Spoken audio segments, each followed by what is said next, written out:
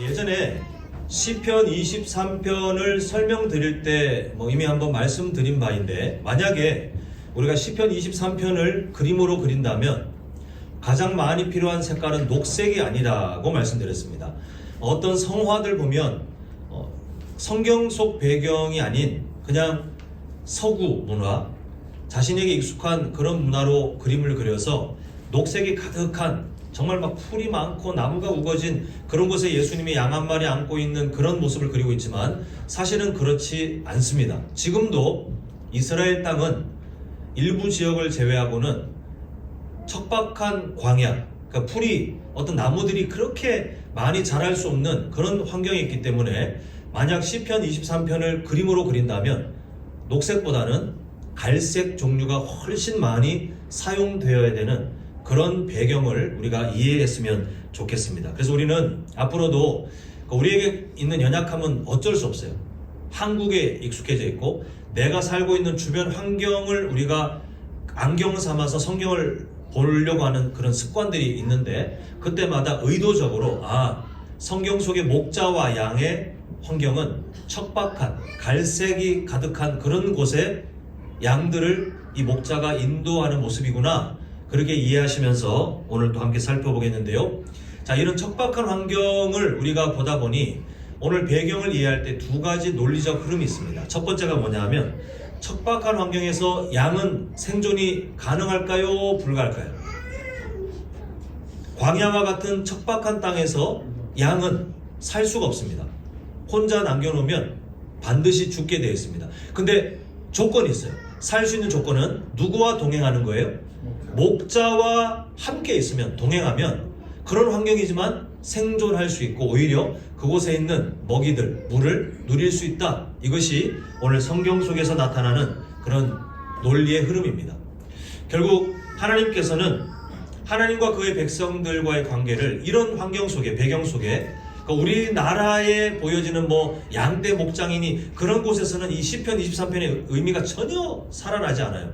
이 척박한, 지금 화면에 보시는 것처럼 양은 반드시 광야에서 죽게 되는데 목자와 함께라면 안전하다, 살아갈 수 있다. 이 배경 속에 하나님께서는 하나님이 목자 되시고 또 그의 백성들이 양으로 그 관계가 풀어지고 있는 것을 우리에게 설명하시는데요. 그래서 오늘 마지막 8주에 함께 주목하는 하나님의 이름은 목자이신 하나님, 여호와 라아라고 하는, 우리에게 익숙하지 않지만 그러나 그 의미는 우리에게 이미 익숙한 하나님의 이름을 좀 살펴보고자 합니다. 자, 오늘 본문 1절 너무 잘 알지만 우리의 신앙 고백으로 함께 다시 읽겠습니다. 시작. 여호와는 나의 목자시니 내게 부족함이 없으리로다. 네, 자주 언급했습니다만 다윗의 인생은, 이 시편을 고백한 다윗의 인생은 부족함이 없었다가 어울리지 않는 고생길이었습니다. 근데 지금 다윗은 그 고생길이 아니라 하나님 때문에 괜찮았대요. 하나님 때문에 부족함이 없었다라고 자신의 삶을 지금 회고하고 있습니다. 이게 다윗은 자기가 살아가면서 하나님을 통해서 누렸던 그 신앙생활의 신비, 그 능력을 자신이 예전에 살았던 그 삶을 빗대어서 목자와 양의 관계를 통해서 풀고 있는데, 오늘 우리가 좀 주목할 구절은 2절입니다. 2절 보시면 특히 우리가 볼 것은 그가 나를 푸른 풀밭에 누이시며 라고 하는 그 부분을 우리가 좀 주목해야 되겠습니다. 제가 준비하다가 저도 이제 알았는데, 양이란 동물이 원래는 잘 눕지를 못한대요. 몸이 이상해서가 아니라 워낙 예민하고 겁이 많기 때문에 누워서 편히 잘 수 있는 것은, 우리가 무슨 동물원에 자주 안 가셨다 할지라도 동물원 이미지를 떠올려 보시면 편안하게 그냥 꼬리 흔들면서 잠 늘어져 자는 애들은 거의 다 맹수, 자유롭게. 그 밀림의 어떤 영상들, 다큐멘터리 보면 그러잖아요. 맹수들은 긴장감이 없죠. 먹이를 못 찾아서 굶을 수는 있겠지만 자기가 긴장해서 잠을 못 자고 귀를 쫑긋하고 그렇게 늘 경계 상태가 아니라 편안하게 파리를 쫓으면서 잠을 자는데, 양은 그렇지 못하다는 거예요.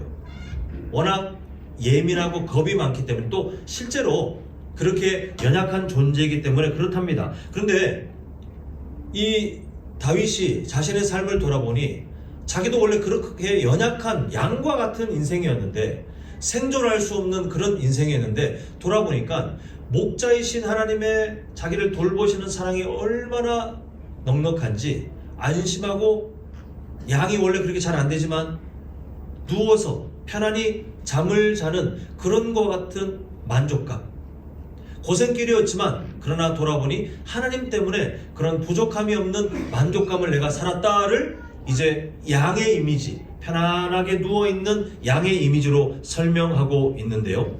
실제로 농장을 경영해 보신 어떤 목사님의 설명을 들어보니까 양들이 누울 때가 있는데 그때는 드물답니다. 근데 그 조건, 4가지 조건이 다 해결돼야 이 양들이 이제 편안히 눕는데, 4가지가 뭐냐면 화면에 보시는 것처럼 배고프면 못 누워요. 그런데 배고프면 해결되고, 또 이것만 해결되는 것이 아니라 주변 상황이 안전해졌다는 걸 확인하고, 그리고 이따 설명하겠지만 양끼리의 어떤 갈등, 문제들이 해결되고, 그리고 양을 해롭게 하는 그 해충들, 이런 위험들이 해결되면 그때 가서야 이 양이 예민한 성격에서도 주변에 이제 문제가 없구나 이렇게 안심하고 눕는다고 말을 합니다. 오늘 이 4가지 조건을 다윗이 충분히 이해하고 하나님을 그렇게 설명했을 텐데, 이 4가지 조건과 함께 연결해서 우리가 하나님이 어떠한 분인지를 보고자 합니다. 자, 먼저 우리 첫 번째 어떤 하나님이신지 한번 읽겠습니다. 시작. 우리를 채워주시는 하나님이십니다. 네, 우리가 첫 번째로 우리가 목자이신 여호와 라하 하나님을 믿습니다는 어떤 것을 의미하냐면 우리를 채워주시는 하나님으로 그분을 인정하고 신뢰하는 것입니다. 종종 성도님들 중에도 그런 분이 계실지 아니면 그런 꿈을 갖고 계실지 모르겠지만, 종종 어떤 새로운 변화를 갖기 위해서 어디 가서 한 달 살기, 이런 거를 추구하는 분들이 있더라고요. 뭐 제주도 가서 한 달 살기. 그 일상을 잠시 멈추고 어떤 새로운 변화, 어떤 새로운 뭐 마음가짐이든 아니면 뭐 그 몸을 이게 요양을 하든 그렇게 한 달 동안 살기를 시도하는 분들이 계시는 것을 봅니다. 그러니까 우리가 만약에 우리 교회가 나중에 정말 그런 일이 있으면 정말 좋긴 하겠지만 현실적으로는 사실 불가능이긴 한데 한번 상상만 해볼게요. 우리가 다 같이 성지순례 한번 갑시다. 우리 교회가 다. 그래서 그냥 성지순례 구경이 아니고 광야에서 한 달 살기를 도전하는 거예요. 우리가 다. 이 인원이. 자, 그러면 준비물이 얼마나 많이 필요할까요? 어린 아이부터 우리 연로하신 우리 어른 성도님에까지 다양한 연령대가 있는데 한 달 동안 거기서 숙식을 하며 살려고 한다면 아마 다양한 준비물과 또 이 인원수가 한 달 동안 지내야 되는 그 준비물의 양이 사실은 그렇게 시도하기 힘들 만큼 많이 필요할 거예요. 아마 다 그렇게 동의하실 겁니다. 자, 이제 좀 질문을 드리고 싶은데요. 그렇다면 대략 200만 명이 넘었을 것으로 추정되는 이스라엘 백성들이 40년 동안 광야에서 살아가기 위해서 얼마나 많은 준비물이 있어야 됐고, 또 그 준비물이 매일마다 얼마나 많이 소비되어야 이들이 생존할 수 있었을까, 이런 한번 고민을 해봅니다. 사실 생존하기가 쉽지 않아요. 그냥 상식적으로 생각하면 그 많은 사람들이 생존하기가 쉽지 않습니다. 반드시 노약자는 결국 그 안에서 도태되며 병들거나 굶거나 아니면 주변의 그런 부족들의 공격 때문에 위험에 노출돼서 제일 먼저 생명을 잃을 수 있는, 그렇게 점점 그 숫자가 줄어들며 결국 지칠 수밖에 없는 게 광야의 환경이에요. 근데 하나님께서는 이 이스라엘 백성들이 한 달 살기가 아니라 40년을 훨씬 넘어서 광야를 지나는 동안 이 사람들이 생존을 겨우 했다가 아니라 충분히 일상을 살 수 있도록 도우셨다고 말씀합니다. 자, 우리 한번 보여지는 우리 신명기 8장 3절을 보시면 이렇게 말씀하시죠. 너를 낮추시며 너를 줄이게 하시며 또 너도 알지 못하며 내 조상들도 알지 못하던, 그 다음에 우리가 잘 아는 그 음식의 이름 만나를 통해서 매일마다 살게 하셨어요. 목마를 때는 물을 주셨어요. 불평하니 고기도 주셨어요. 그리고 신발이 옷이 다 낡아지지 않도록 하나님이 기적을 베푸셨어요. 그렇게 살아가도록 하신 그 이유를 보니까 중간에 사람이 떡으로만 사는 것이 아니요 여호와의 입에서 나오는 모든 말씀으로 사는 줄을 네가 알게 하려 하신 것이다.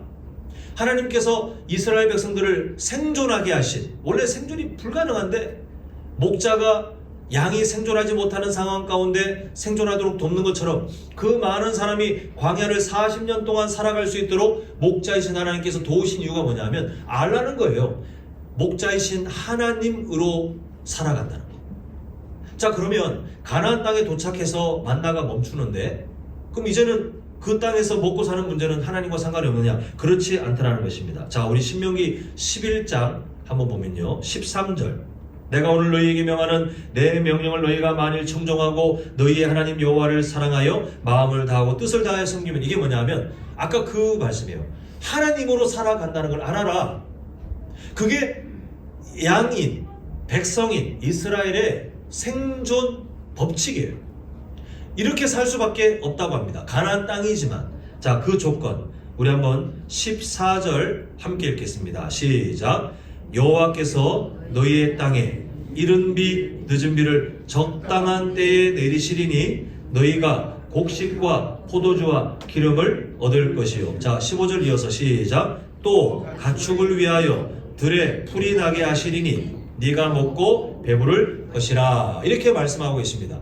자, 잘 생각해 보세요. 하나님께서 힘이 없어가지고 겨우 정한 땅이 가나안 땅이 아니라, 만약 이스라엘 백성들이 잘 먹고 잘 사는 문제, 그게 하나님의 관심이었다면 어디를 정복하게 하시냐면 애굽 땅을 정복하면 됩니다. 나일강의 축복을 받고, 그리고 먹는 것이 풍성한, 그 성경 속에 기근이 있으면 항상 어디로 피신하려고 합니까? 애굽 땅으로 피신하려고 하는 것처럼 하나님이 그 땅의 문화를 충분히 누리는 것이 하나님의 백성들을 향한 사랑의 표현법이라면 애굽 땅을 약속의 땅으로 두셨을 거예요. 그런데 우리가 이미 알고 있지 않습니까? 가나안 땅, 예전에 우리 구약 이야기에서 보았지만 가나안 땅은 사실 농경사회 때 먹고 살기가 참 애매한, 물이 잘 모아지지 않는, 그래서 이른 비와 늦은 비, 이건 상징적인 표현인데 하나님께서 이른 비가 내릴 그때 비가 내리지 않으면 씨를 못 뿌리고, 늦은 비에 해당되는 때 비가 안 오면 추수 겨우 거의 임박했다가 다 말라 죽는, 결국 하나님께서 그 땅을 책임지지 않으면 다 굶어 죽게 되는 그런 땅에 하나님이 일부러 보내신 다음에 사방을 막아 놓으셨잖아요. 훈련하겠다는 겁니다. 나를 통해 살아가는 삶. 하나님의 그 목적은 나를 통해 살아가는 너희들, 양들이 목자의 인도함을 통해서 생존하는 것처럼 하나님께서는 이스라엘 백성들이 그렇게 살아간다는 것을 깨닫도록 하시면서 여호와 라하의 하나님, 목자이신 하나님을 그렇게 삶에서 실질적으로 경험하도록 훈련하셨어요. 오늘을 살아가는 우리 성도님들께 하나님은 동일한 말씀을 하고 계십니다.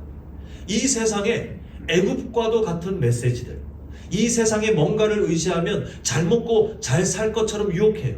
그 땅에 가면, 그곳에 가면 그 삶을 우리가 획득하기만 하면, 내 자녀가 그런 삶의 그 어떤 경로를 따라가기만 하면 잘 살 것처럼 그렇게 우리를 유혹하지만 다 새빨간 거짓말이에요. 터진 웅덩이와 같이. 하나님을 떠나 있는 하나님의 자녀들은 생존할 수가 없어요. 그래서 하나님께서는, 우리 성도님들께서 여호와는 나의 목자시니, 그 하나님을 정말 신뢰하는 것이 맞다면 주변이 광야처럼 내 삶에 당장 걱정되는 일들이 있고, 내 눈에 먹을 것이 펼쳐있는 것이 아니라 양의 입장에서 지금 풀을 먹고 있는데 점점 줄어들고 있는데 어떡하지? 미래가 보장되지 않는 그런 현실을 우리 다 살고 있지 않습니까? 그러나 목자를 신뢰하는 거예요. 저분은 나를 살게 하시는 거예요. 저분은 내 삶에 일용할 양식을 허락하며 생존하게 하시는 거예요. 떵떵거리며 돈을 마음대로 뿌리면서 내가 여유를 부리는 그런 삶을 하나님은 우리에게 허락하시지 않으시지만, 그러나 우리가 살아가도록 채우시는 하나님, 그 하나님을 내가 신뢰합니다가 바로 우리가 목자이신 하나님을 믿는 삶의 태도라는 것입니다. 그 삶을 사느냐? 못 사느냐가 성도의 삶의 경건의 수준을 결정하는 것을 보게 됩니다. 이 삶을 못 살잖아요. 그럼 계속해서 세상의 애굽을 찾는 거예요.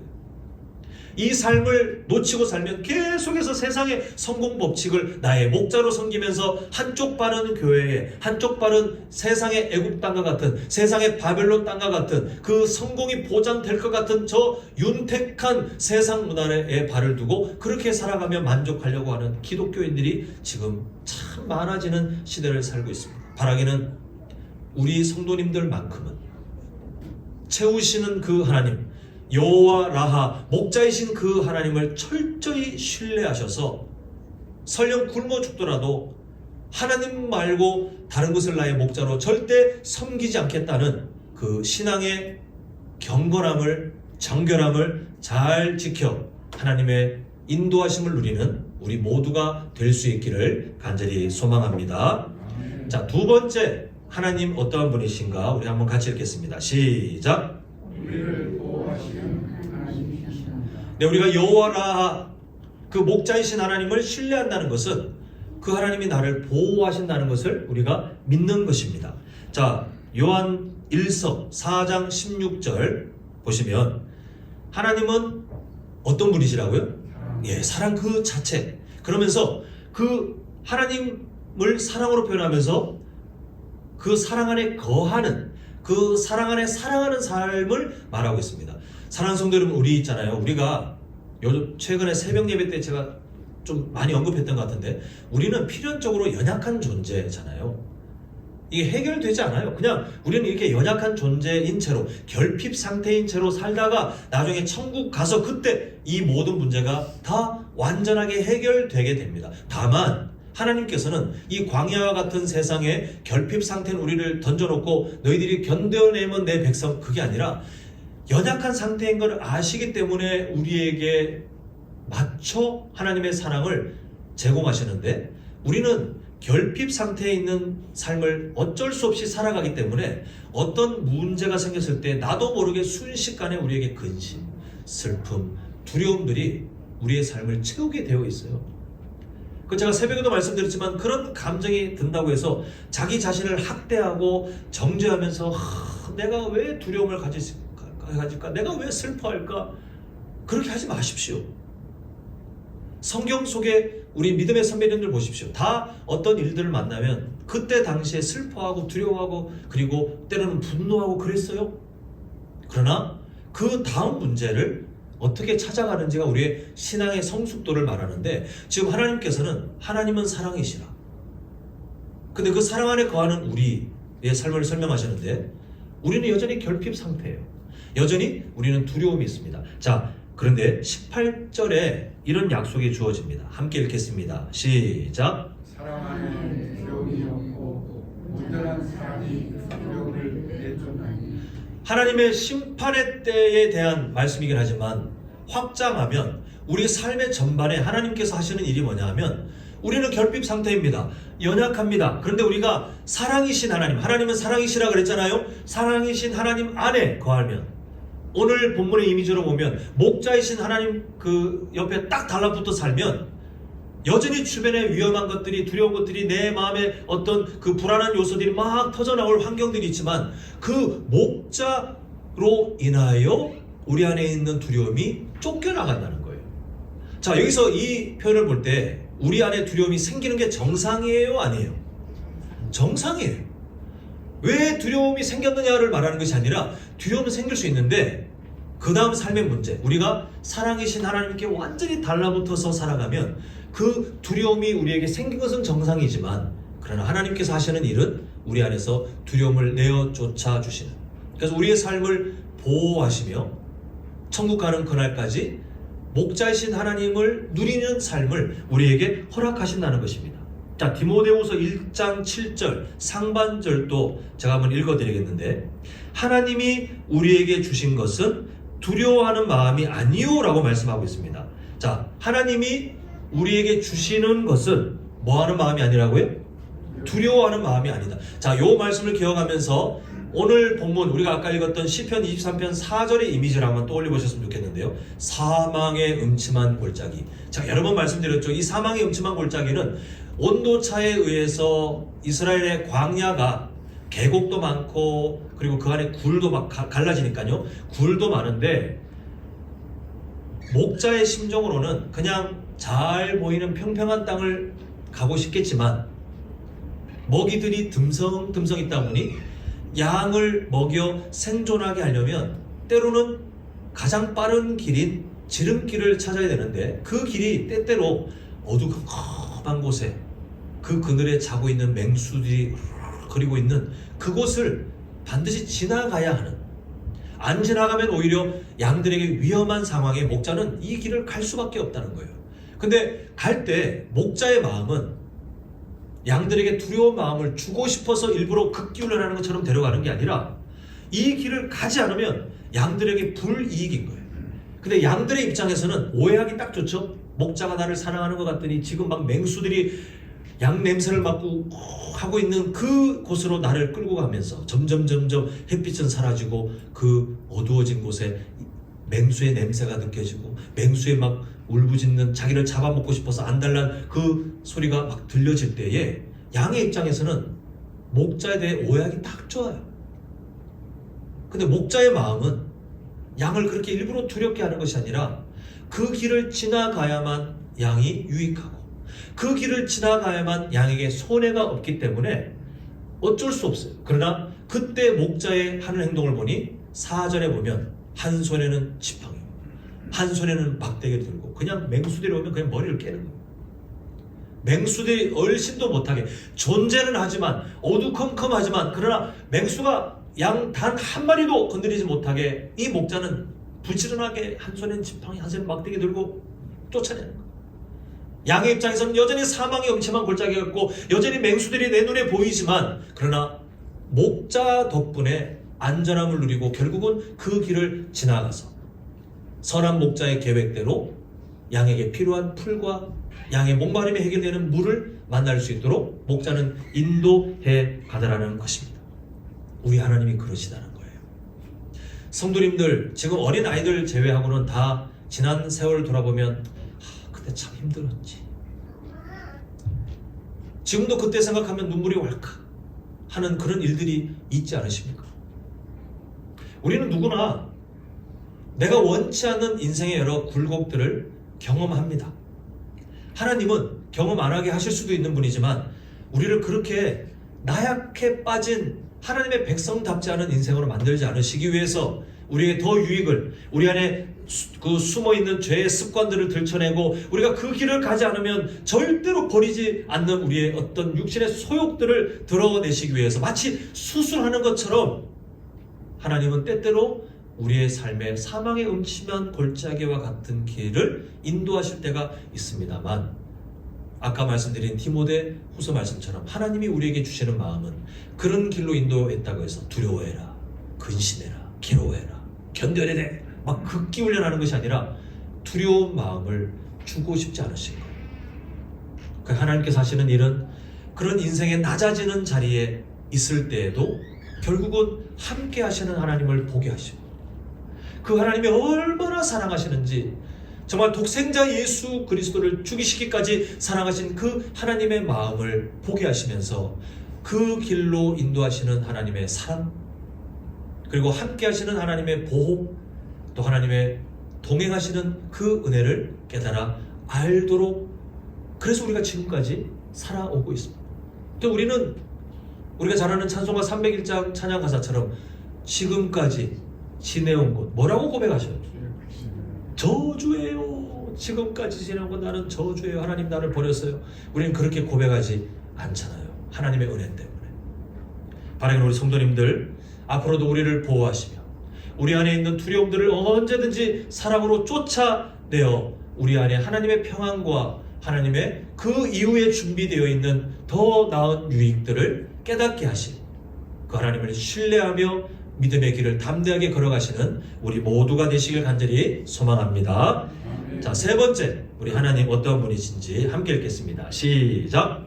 갈등을 풀어주시는 하나님이십니다. 예, 제가 양을 안 키워봐서 잘 모르는데 그냥 설명을 듣고 아 그럴 수 있겠구나를 듣고 이제 설명을 드리는 거예요. 양들은 털이 곱슬곱슬하잖아요.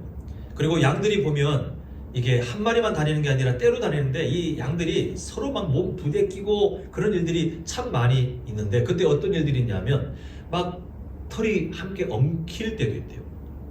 그리고 함께 이동하면서 막 몸을 부딪히다 보면 다른 양에게 상처를 입힐 때도 있고 또 때로는 어떤 양이 연약하여 잠시 옴 같은 그런 질병들이 있을 때 이게 몸이 부딪히면서 자기도 모르게 다른 양에게 그걸 옮길 수도 있다고 합니다. 그때 선한 목자가 하는 일은 이 양들을 다 뿔뿔이 흩어가지고 너는 저쪽 땅에 살고 너는 이게 다 뿔뿔이 흩는 것이 아니라 그 선한 목자는 양을 그대로 함께 양의 공동체를 유지하지만 얽힌 거는 풀어주고 상처가 덧났으면 싸매주고 그리고 양에게 어떤 질병이 옮길 것 같다면 그 질병을 해결해주고 이러면서 양이 함께 떼를 지어 가되 그 안에 있는 갈등들을 풀도록 한다는 것입니다. 하나님이 그렇게 일하신다는 거예요. 우리가 살아가며 교회 공동체, 가정 공동체는 하나님이 창조 법칙, 원리이기 때문에 우리가 피할 수가 없어요. 오늘날 나는 그냥 마음 편하게 사람들하고 얽히니까 자꾸 상처를 받으니까 나는 요즘 온라인에 방송으로도 언제든지 예배 영상 볼 수 있고 인터넷으로 볼 수 있으니까 나는 그냥 집에서 혼자 신앙생활 해야 되겠다. 이렇게 엄청난 착각에 빠진 분들이 너무너무 많아지고 있지만 하나님의 창조 법칙은 그렇잖아요. 하나님은 무조건 공동체, 가정, 교회 이 공동체 안에서 하나님의 역사를 나타내시기 때문에 내가 어떤 일 때문에 여기서 벗어나고 싶다? 이거는 하나님께서 이루실 뜻을 거부하는 것과 같은 너무나도 미련한 일입니다. 다만 우리가 하나님께서 창조하신 통치 법칙을 따라 창조 원리를 따라서 가정 공동체나 교회 공동체 안에 서로 맞대어 살아가면 마치 양들이 그런 것처럼 우리가 서로 갈등이 생길 때도 있고 나의 의도와 다르게 상처를 주거나 또 내가 상처를 받거나 우린 그렇게 어쩔 수 없이 그렇게 살아갈 수밖에 없어요. 여러분 상처 안 받는 교회를 원하십니까? 한 군데 있어요. 제가 그거 추천해 드릴게요. 천국 가시면 돼요. 천국 가시면 돼요. 그제는 어디를 가나 제가 정말 장담컨대 어디를 가시나 상처를 받으실 겁니다. 만약에 한남제일교회에서 서운한 마음이 생기잖아요. 다른 교회 가시면 제가 예언자는 아니지만 예언컨대 더한 일을 경험하실 거예요. 이건 저주가 아니고 어쩔 수 없어요. 연약하기 때문에. 성도님께서 만약에 공동체 안에 어떤 문제를 내가 더 이상 감당하기 싫다고 피하시면 악한 마귀가 딱 어떻게 하냐면 요거 잘 걸리는 약점이구만. 그럼 계속해서 어딜 가나 그 길 건드리게 돼 있어요. 그러니까 성도님들 나중에 천국 교회 가면 다 해결돼요. 근데 그 전에는 목자가 양을 대하는 태도처럼 우리는 서로 살을 부대끼며 맞대어 가는 것이 공동체인데 상처받을 수밖에 없어요. 제가 성도님들께 상처를 주고 싶은 마음으로 목회하지 않지 않습니까? 근데 제가 때로는 저의 의도와 다르게 표정이든 말투든 말의 내용이든 행동이든 서운하게 할 수 있고 저도 마찬가지예요. 성도님들께서 저를 다 막 하나님 다음으로 막 우쭈쭈 해주면 기분은 좋겠지만 저는 그게 저에게 독일이라고 저는 믿습니다. 우리가 다 공동체로 살면 저도 저의 연약함 때문에요. 또 성도님들의 연약함 때문에 저도 성도님들에게 상처받고 때로 마음이 서운하기도 하고 오해하기도 하고 우리 그렇게 살아갈 거예요. 근데 그때 우리에게 있는 그런 문제들이 있잖아요. 그때 기가 막히게 해결할 수 있는 좋은 비결을 하나 알려드립니다. 자, 저를 따라 하십니다. 따라 하실 준비됐죠? 자, 시작. 이게 무슨 의미냐면 양들이 지가 힘들 때 목자를 불러요. 그러면 그 목자는 선한 목자는 양의 목소리 듣고 얘 지금 문제가 있구만. 달려가가지고 이거 털이 엉켰네. 갈등을 해결해주고 이거 서로 부딪히다 보니 이게 상처가 생겼네. 약을 발라주고 지금 질병이 있어서 아팠구나. 문제를 해결해주고 우리가 공동체 안에 살아가며 서로 연약하는 것이 너무 정상적이라 나도 근데 의도적으로 상처 주는 건 그건 진짜 마귀짓이고 하면 안 되고요. 우리가 의도하지 않지만 상처를 받고 상처를 주고 그렇게 갈등이 생기고 하는 여러 일들은 공동체 안에 너무 당연한데 이걸 그냥 가만히 있으면 우리가 힘들어요. 우리가 지쳐요. 우리가 낙심해서 계속해서 우리의 마음에 죄를 짓게 되잖아요. 그때 우리가 할 수 있는 게 뭐냐면 양이 목자를 향해 음메 부르는 것처럼 하나님 앞에서 우는 것밖에 없습니다. 다른 방법 찾지 마세요. 하나님 앞에서 아픈 마음 갖고 우십시오. 내가 받은 서운함 하나님 앞에 다 던져 놓으십시오. 사람의 방법으로 갈등을 풀려고 하잖아요. 다 실패해요. 왜 실패하냐? 연약한 사람이 연약한 사람에게 연약한 사람들의 방법을 가지고 뭘 해결하는데 뭐가 되겠습니까? 하나님 앞에 음매 목자를 부른 그 양의 갈급한 심정처럼 하나님의 이름을 부르고 하나님 저 이분과 털이 엉킨 것처럼 갈등이 있어요. 하나님 마주하다가 가정에서 아니면 교회에서 나 지금 상처받았어요. 하나님 너무 힘들어요.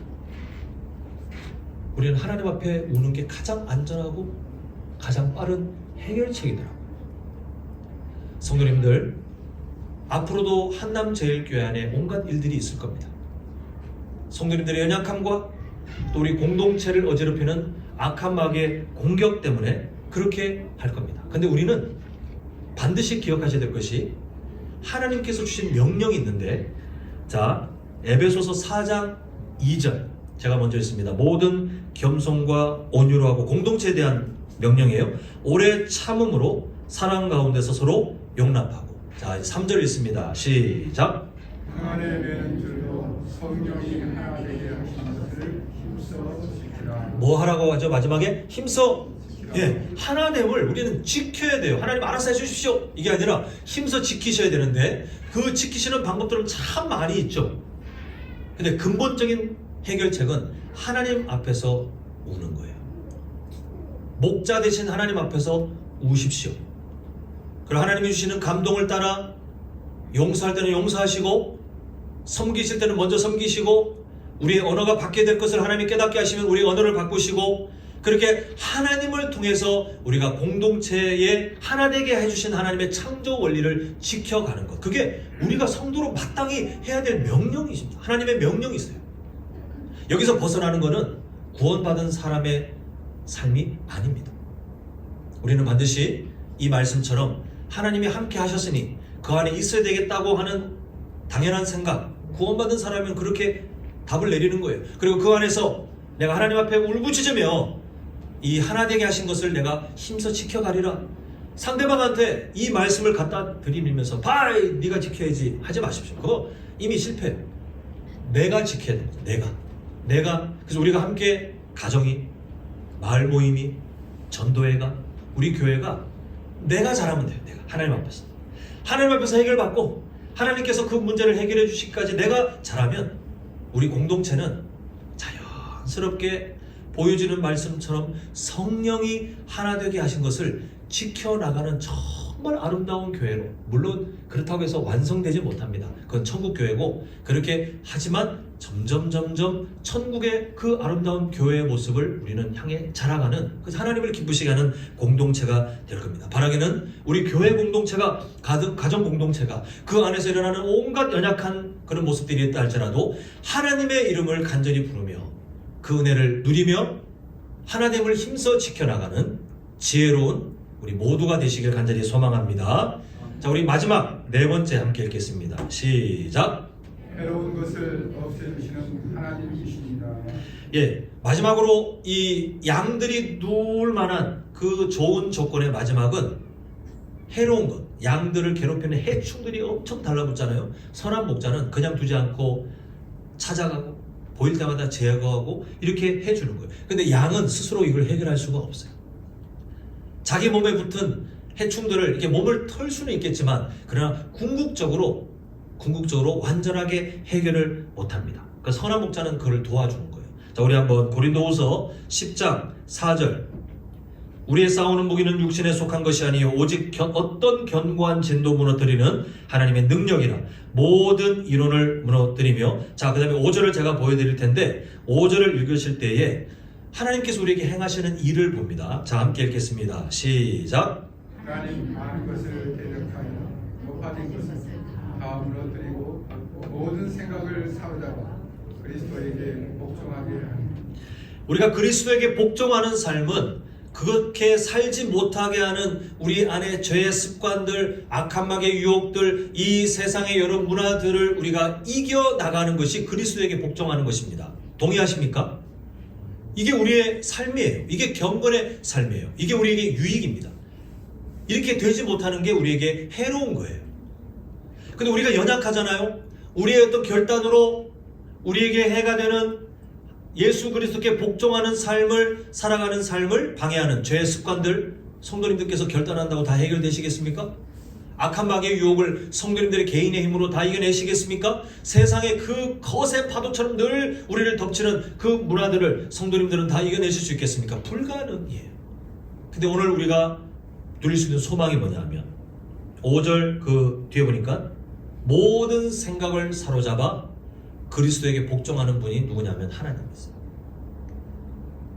우리 스스로는 할 수 없는데 그 해로운 것들이 우리 삶에 막 넘쳐나는데, 그런데 우리의 그 생각들을 사로잡아 우리에게 남아있는 죄의 습관들을 이겨내게 하시고 악한 마귀의 유혹을 분별하여 이겨내게 하시고 세상의 문화를 분별해서 우리가 그것을 이겨낼 수 있도록 우리의 생각을 사로잡아 인도하시는 분이 누구냐면 바로 목자이신 여호와 라아의 하나님이 하시는 일이라는 것입니다.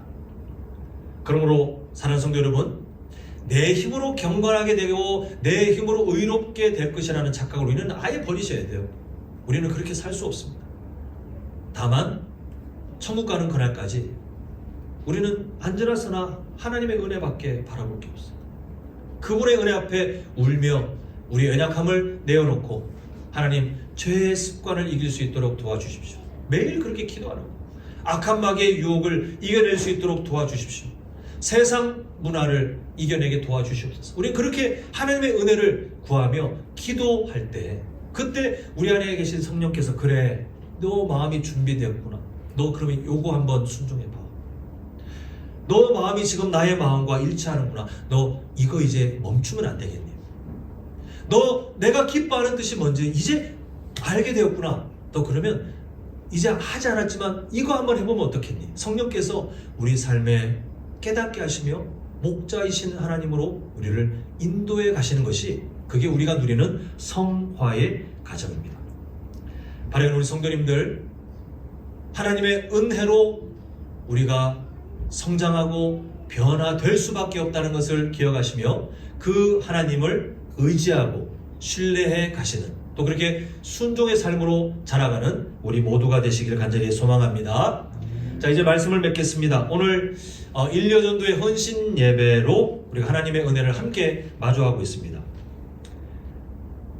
아까 전에 그 권사님의 기도에도 있었지만 우리 1년 전도회에 소속된 우리 성도님들의 삶을 보면 정말 눈물 없이는 살 수 없는 그런 인생길을 걸어오셨을 것이라 충분히 예상이 됩니다. 어찌면 다윗처럼 참 많은 고난길, 한국의 여러 역사의 굴곡도 마주하고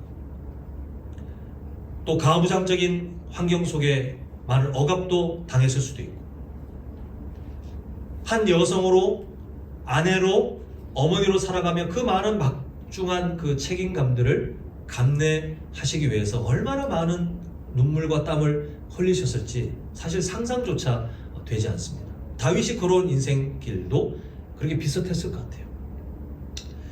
저는 오늘 뭐 다 마찬가지긴 한데요, 특히 1여전도의 회원들께 저의 정말 간절한 축복이 담긴 소망이 있는데, 그게 뭐냐 하면 우리 1여전도의 회원들께서 언젠가는 천국 가실 거 아닙니까? 근데 우리 교회에 유산을 다 남겨주셨으면 좋겠어요. 그 유산이 뭐냐 하면 바로 믿음의 유산입니다. 그냥 교회 잘 다니셨네가 아니고요, 오늘 우리가 함께 처음에 읽었던 오늘 본문 1절 내 인생이 참 기구한 한 여성으로 살아오며 참 많은 아픔들을 경험하며 지금까지 걸어왔는데, 그럼에도 하나님 때문에 내게 부족함이 없었습니다. 이 신앙 고백을 삶으로 남겨주셔서 그 뒤를 따라가는 우리 이 여전도에도, 3여전도에도 먼저 그 길을 이미 걸어가고 계신 우리 1여전도의 믿음의 선배님들을 보면서 그래, 나도 저렇게 살고 싶어. 이 자리에 있는 우리 연약한 우리 어린 아이들도 나중에 우리 1여전도의 믿음의 선배님들의 그 삶의 모습들을 멀찍히나마 지금 보면서 그 믿음의 유산을 이어받아 우리 한남제일교회가 신앙의 대가 끊이지 않는 더 풍성히 자라나는 그런 삶이 되었으면 좋겠어요. 그런 의미로 1여전도의 회원들의 그 직무가 참 큽니다. 하실 일이 너무 커요. 교회 기도하는 일에 앞장서고 봉사하는 일에 늘 앞장서시는데, 이제 이미 그렇게 살고 계시겠지만 제가 지금 말씀드린 그 비전, 내가 이 교회 안에서 내 삶에서 여호와는 나의 목자시니 내게 부족함이 없었습니다, 이 신앙 고백이 진짜라는 것을 내 삶을 통해 하나님께 증명하고, 또 내 삶이 부족하지만 우리 믿음의 후배들에게 유산이 되어 하나님 제 인생이 사용되길 원합니다. 이 기도 제목으로 천국 가는 그날까지 사명 잘 감당하시기를 간절히 소망합니다. 우리 모두 다 마찬가지지만 오늘 헌신 예배로 함께 마음을 모으신 우리 1여전도회, 또 1여전도를 축복하는 우리 모두 그런 삶을 살기로 결단하는 마음으로 우리 1절 다시 한 목소리를 읽고 오늘 말씀을 마치도록 하겠습니다. 시작. 여호와는 나의 목자시니 내게 부족함이 없으리로다. 예, 이 여호와라 목자이신 하나님, 필요를 채우시고 보호하시고 갈등을 해결하시고 또 나에게 해로운 것들을 없애주시는 그 하나님을 신뢰하시는 우리 1여전도의 우리 모든 성도님들의 삶이 되시기를 간절히 소망합니다.